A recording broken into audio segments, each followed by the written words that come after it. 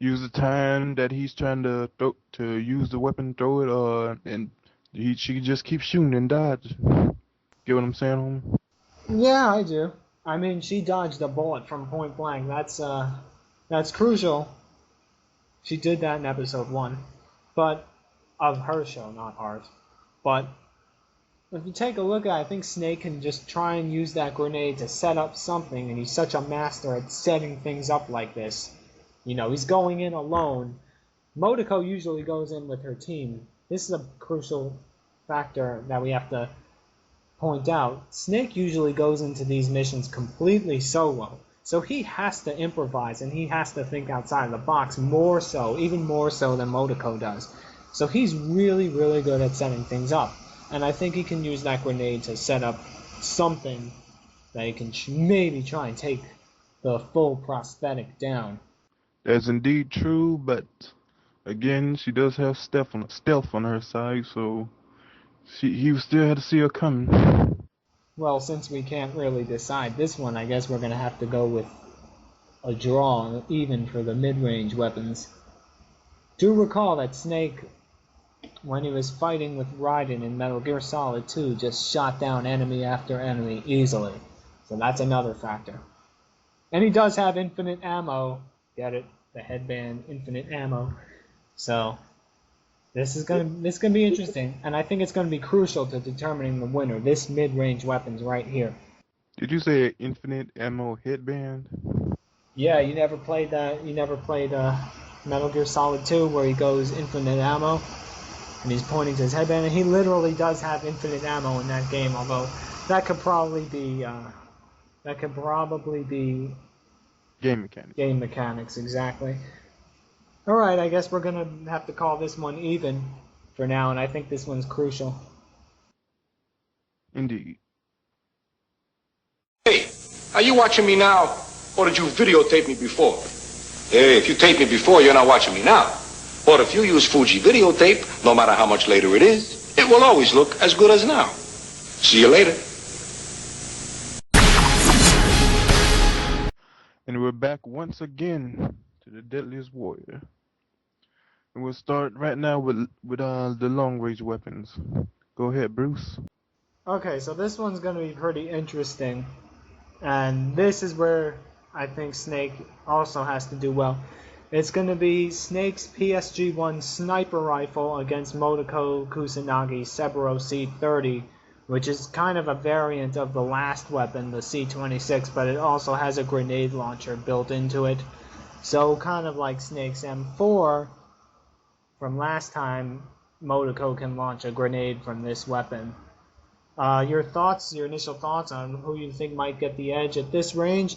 Looking at the weapons, I'm going to guess that Snake's weapon can definitely go far longer range than the Ghost Girl's weapon.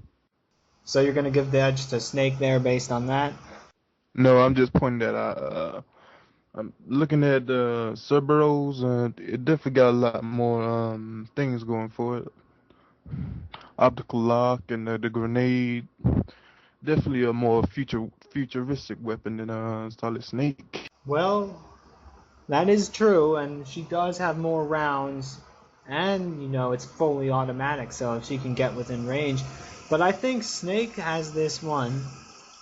I think Snake can get an edge here because he can shoot her from a much longer range, and he's very, very good at setting himself up for maximum killing power if he needs to do that.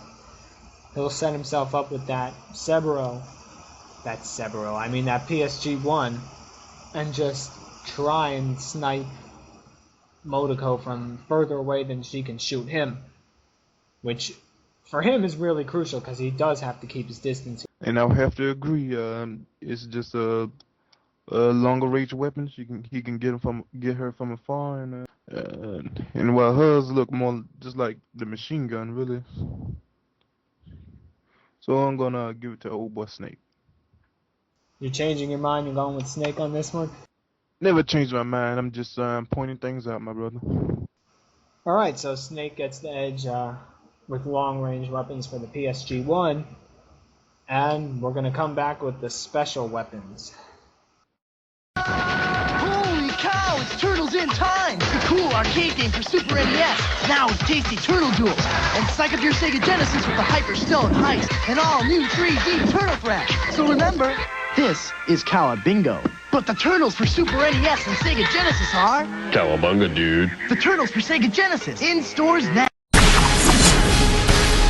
Okay, and we're back on this special 2-year anniversary show of Deadliest Fictional Warrior. I'm Bruce Octavius with Lord Black, and we are going to be talking about the special weapons now. It's Solid Snake's FIM-92 Stinger versus Motoko Kusanagi's Thermo-Optic Camouflage, and this is perhaps the most interesting aspect of this matchup. Even though Snake excels at stealth like Motoko is going to be using with her camouflage, and he has active camouflage herself, Motoko's is more stable and can last a lot longer, basically however long she wants. So this is basically going to be frontal assault versus stealth. All out firepower versus sneaking. I'll go for firepower. How about you? Usually I like the bigger boom, but here's where it gets interesting. Can Motoko sneak up behind Snake as he's setting himself up with that stinger and kill him? Any chances homeboy got any super senses? Yes, I would say so. He definitely has those genetics, those warrior instincts, probably better than anybody else. So it's going to be interesting to say the least. And I think Snake really needs to win in this category if he wants to win this match. So this is very important for him. So it is possible he could sense, hear, or even possibly smell homegirl, am I right? I really don't think so. But we will see. Maybe he can hear her. He'll have to try and hear her. But Motoko is top notch at this shit. And one shot from that little missile and the homegirl is gone, am I right? Absolutely. So she needs to be real careful about going up to him with that around, am I right? Absolutely. She definitely does. She needs to pick her shots carefully, but is there anyone better at picking her shots carefully? Arguably Snake, and that's what we're going to find out today. Snake knows stealth, but we gotta see if she can out sneak him.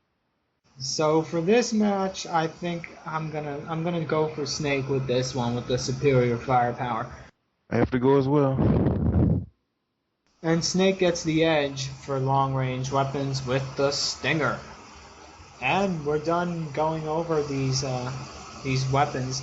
If you're wondering out there, if you are curious as to why we gave Snake the Stinger instead of his more usual standard M9 Beretta tranquilizer, it's because Motoko's a faux prosthetic body and a tranquilizer isn't going to work on her because there's no chemicals really for the tranquilizer to work with.